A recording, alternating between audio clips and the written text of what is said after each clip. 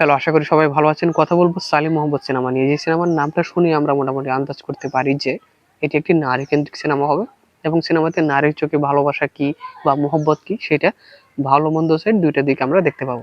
সেই নারী কেন্দ্রিক সিনেমা অর্থাৎ এই সালিম মহম্মদ সিনেমাটা পরিচালনা করেছেন তিস্কা চোপড়া, যাকে আমরা নরমালি অভিনেত্রী হিসেবে চিনি। এটা তার পরিচালনা করা ১ম সিনেমা।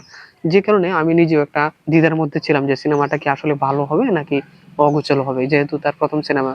তবে আমি সিনেমাটা দেখার পরে বলব যে এটা একটা ডিসেন্ট ভালো সিনেমা হয়েছে। আপনারা চাইলে দেখতে পারেন। একবার দেখার মতো একটা সিনেমা।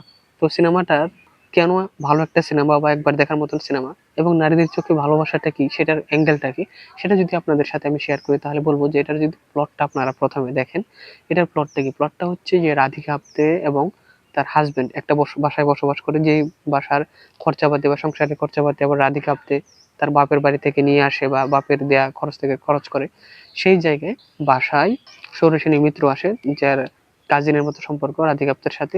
সে ষোড়শিনী আসার পরে ষোড়শিনী দেখা যায় যে কি সেই বাসাতে থেকেই রাধিকা আপ্তের হাজবেন্ডের সাথে সে পরকীয়া টাইপ একটা সম্পর্ক করে ফেলে। আবার কি সে একই সাথে ওই এলাকার একজন পুলিশ দিব্যেন্দু শর্মা, যাকে আমরা নর্মালি মির্জাপুরে মুন্না ভাই হিসেবে চিনেছিলাম, সেই দিব্যেন্দু শর্মার সাথেও কি তার একটা ঘনিষ্ঠ সম্পর্ক থাকে।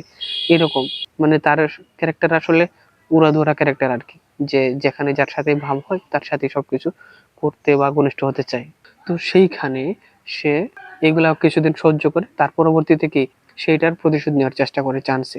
দেখা যায় যে ষোড়শিনী যে কোনো একজন ক্রিমিনাল দ্বারা হত্যার শিকার হয়, আর সেই সুযোগে রাধিকা আপ্তে তার হাজবেন্ডকে হত্যা করে ফেলে। এবং কিভাবে সে কাজগুলা করে এবং সে কিভাবে এগুলা থেকে রিলিফ পায় এবং সে ভালোবাসাটা যেটার জন্য সে দেওয়ানা ছিল, যে সংসারের জন্য, সেইটা সে কিভাবে এড়ায় এবং নিজেকে কন্ট্রোল করে এবং হত্যা করে।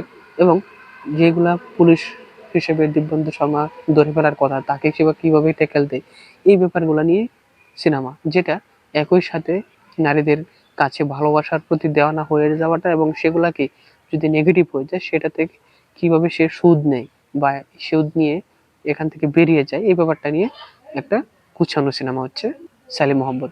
এখানে এই সিনেমাটা গুছাইতে গিয়ে কয়েকটা ক্যারেক্টার তৈরি করা হয়েছে। সেই ক্যারেক্টার গুলো হচ্ছে প্রধান চরিত্রে বা লিড চরিত্রে রাধিকা আপ্তে এবং তার সাথে রয়েছে সৌরসেনী মিত্র, দিব্যেন্দু শর্মা এবং অনুরাগ কাশ্যপ।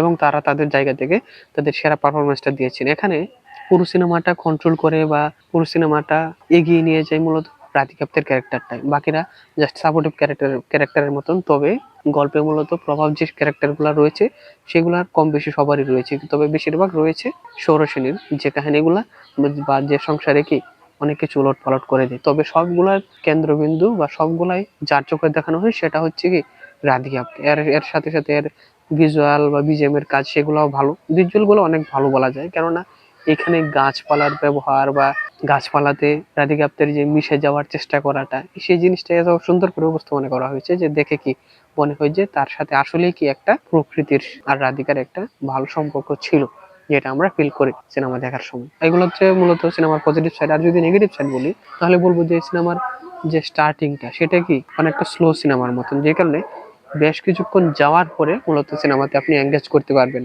এর আগ পর্যন্ত আপনার কাছে কি মনে হবে যে কাহিনীটা স্লো যাচ্ছে বা কোন দিকে আগাচ্ছে, যে কারণে কিছু সময় যাওয়ার পরে আপনি সিনেমাতে এঙ্গেজেবল হতে পারবেন, এনজয় করতে পারবেন। তো একবার দেখার মতন একবার মোটামুটি ভালো একটা সিনেমা।